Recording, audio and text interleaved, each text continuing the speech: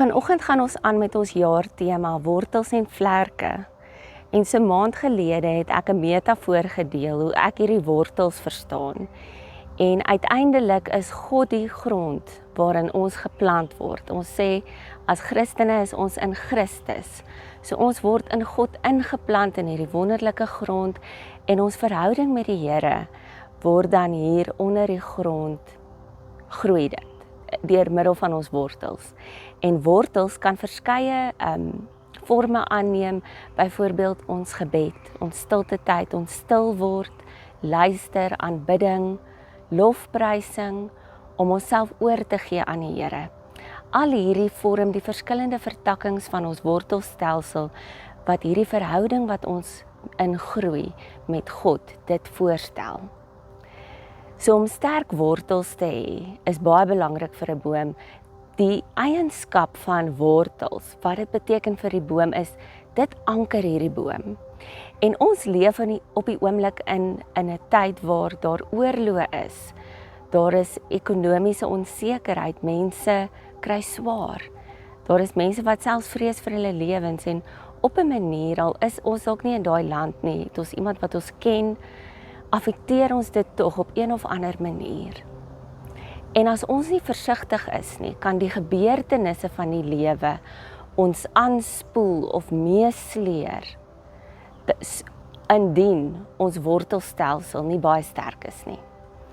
So daarom nooi die Here vir my en jou uit om sterk wortels te skiet en te laat groei in ons verhouding met God, sodat ons daai sekerheid en standvastigheid in verhouding met God kan hê. Dan maak dit nie saak wat bo-gronds gebeur nie. Kyk, selfs al word 'n boom afgekap, never mind die skade wat dit kan lei as gevolg van weerstoestande en ongelukke en so nie. 'n Boom kan selfs afgekap word. As daai wortelstelsel goed is en die grond is goed, en ons weet die Here is altyd goed, dan kan daai boom selfs weer nuwe blare groei. En as die lente weer kom, of as dit weer reën, kan hierdie boom weer begin groei opnuut.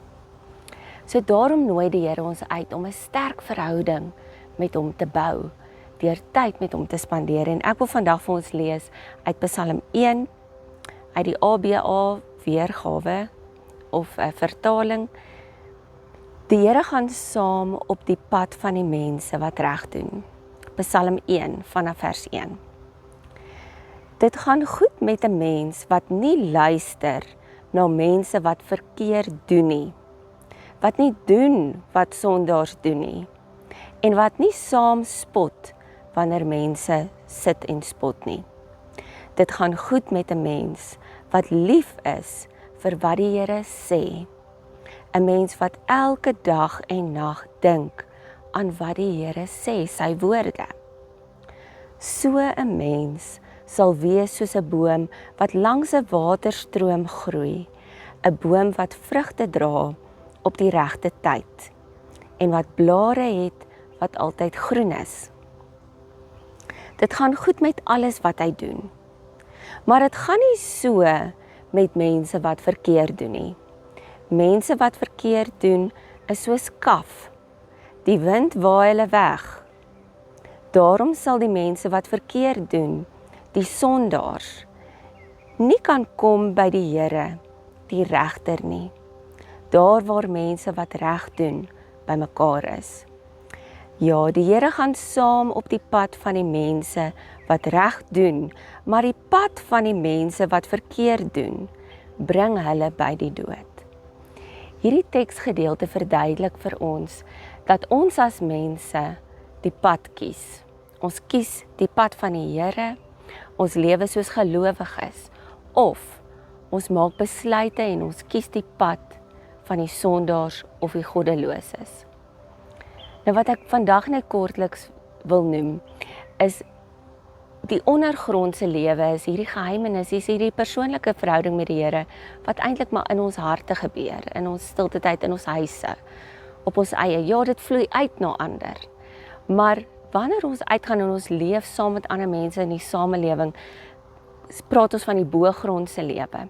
En in hierdie lewe is daar allerlei versoekings Daar is nou versoekings van afhanklikheid en waar ons identiteit vind en wat vir ons belangrik is. En dis waar die Bybel daarvan praat dat ons word soms gelei deur ons sondige begeertes. En wanneer ons dit doen, is dit asof ons wortels krimp en ons al ons energie hier bo die grond wil spandeer en ons verwaarloos daardie wortels, ons verwaarloos ons intieme verhouding met die Here en ons gee dit prys om bo gronds hierdie dinge na te jaag.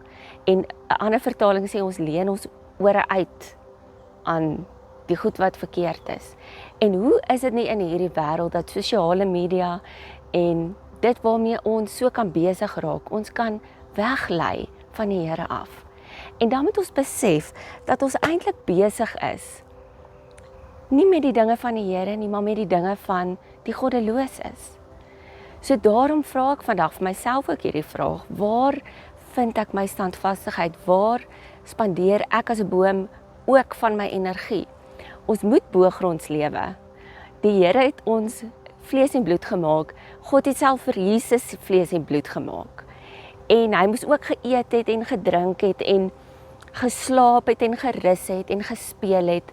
Ek sê nie dat ons net in die kerk moet sit of net met ons Bybels moet sit nie. Maar waar is dit waar ons anker vind? Want dit gaan sigbaar word wanneer die lewe met ons gebeur. So verbeel jou 'n boom wat nou nie baie energie spandeer het aan die wortelstelsel nie, maar die wortels so 'n bietjie laat versteen het of laat krimp het en dit gebeur vir verskeie redes. Maar Psalm 1 praat spesifiek daarvan van die besluite wat ons neem, met die pad wat ons volg, dit wat ons doen in ons daaglikse lewens. As ons dan kies om weg te loop van die Here af, om ander goeders na te jaag en nie ons verhouding met hom 'n prioriteit te maak nie. Op die ou einde, as 'n storm kom, is daar nie die wortels wat hierdie boom kan anker nie. En wanneer die storm kom, dan val hierdie boom om, staan die wortels sommer hier in die lug. Die genade van die Here is dat dit nooit vir ons te laat is nie. Selfs al het dit nou met ons gebeur, al het ons nou agtergekom, ons is ver van die Here af en ons word heeltemal ontwortel en dit gaan sleg, kan ons enige tyd terugkeer na hom toe. En weer eens vra Here, plant my weer eens diep in U. Ek keer terug na U toe. En eintlik is dit 'n daaglikse ding. Ons geloof is nie 'n besluit wat ons een keer neem en dit gebeur van self nie. Dis 'n besluit wat ons neem en dan daardie besluit herhaal ons elke dag. Elke dag opnuut kom ons weer na die Here toe en vind ons identiteit in hom. Ek is mal oor hierdie gedeelte in Psalm 1 wat dit sê, ek luister na U woord dag en nag. Dit gebeur nie net een keer nie, dit is iets wat aanhoudend herhaal in hierdie verhouding met die Here.